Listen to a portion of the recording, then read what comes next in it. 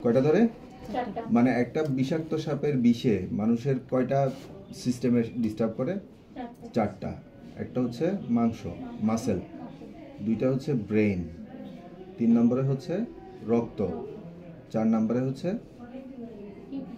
Kidney. হ্যাঁ, kidney, এই 4টা অর্গান ধরে। তাইলে এখন বিষাক্ত সাপে কামড় দিলে সাধারণত যেখানে কামড় দেয় এখানে হয় ফোসকা ফুটে, জায়গাটা ফুলে যায়, জায়গাটা থেকে আস্তে আস্তে চুয়ে চুয়ে পানি বের হয় অথবা রক্ত বের হয়। হ্যাঁ, রক্ত বের হয় লোকাল সাইডে কী হয় তাহলে বললাম, লোকাল কী হয়, ফুলে যায়, তারপর হচ্ছে রক্তক্ষরণ হয়, ক্ষত হয়ে যায়, তারপরে হচ্ছে তোমার এখানে ফোসকা করে যে ব্লিস্টার হয়, আর কিছু কিছু সময় টিথ বাইট, সাপের কামড়ে দাঁতের দাগ দেখা যায়। ঠিক আছে একটা। এখন রক্ত সিস্টেমকে ধরলে কি হয়? ব্লাড সিস্টেমকে ধরলে আমাদের ব্লাড নর্মালি কি হয়, ক্লট হয়ে যায়।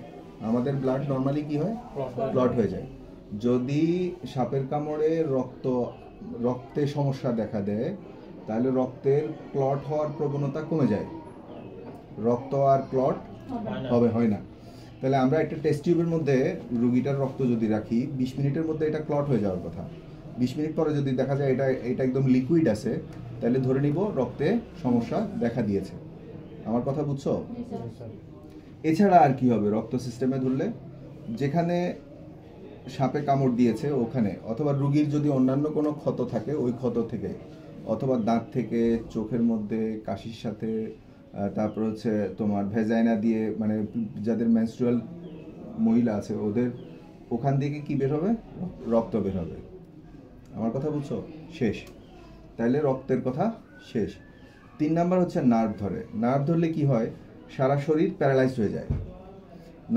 নার্ভে যদি কোনো সমস্যা হয়, সাধারণত নার্ভে 2 ধরনের হয়। একটা হচ্ছে হাত পা শক্ত হয়ে যাওয়া অথবা নরম হয়ে যাওয়া। এখানে কি হয়, লুজ হয়ে যায়।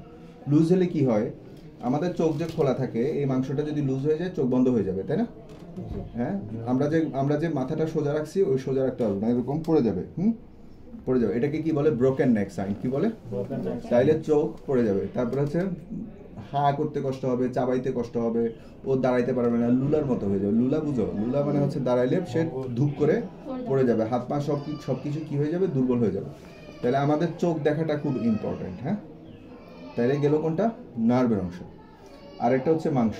মাংস হচ্ছে তোমার মাংস ব্যথা করবে, মাংসগুলো ফুলে যাবে, মাংসে ব্যথা করবে, মাংসগুলো ফুলে যাবে, দুর্বল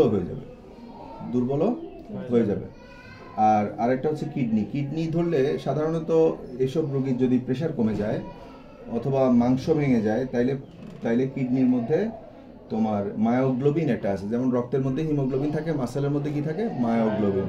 মাসেল যদি বেশি ভেঙে যায় তাহলে মায়োগ্লোবিনগুলো কিডনির মধ্যে এসে কিডনি শাটডাউন করবে। কিডনি শাটডাউন করলে আমরা কিভাবে টেস্ট করব, আমরা একই রোগীর 2টা স্যাম্পল নিব। একটা হচ্ছে টেস্ট টিউবের মধ্যে নিব হচ্ছে তোমার রক্ত, 20 মিনিট দাঁড়ায় থাকবে। এটা যদি এরকম লিকুইড 20 মিনিট পরেও যদি এরকম লিকুইড থাকে আমরা ধরে নিব রক্তের মানে বিষাক্ত সাপে কামড় দিয়েছে। আর যদি রক্ত শক্ত হয়ে যায়, ক্লট হয়ে যায়, তাহলে আমরা বুঝবো যে এটা নর্মাল আছে।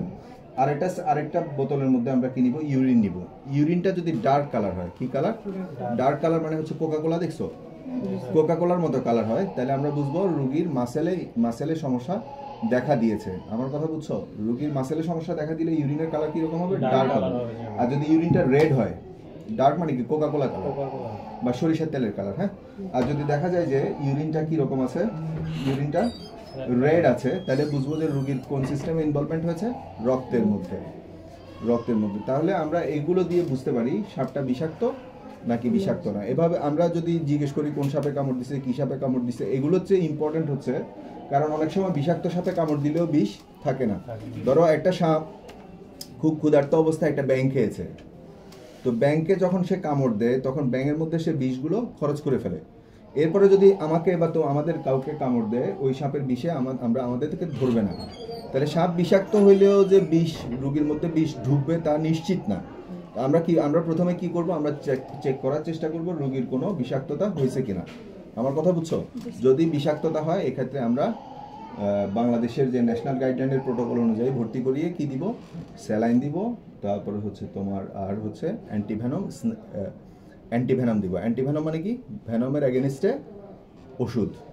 ঠিক আছে, থ্যাংক ইউ।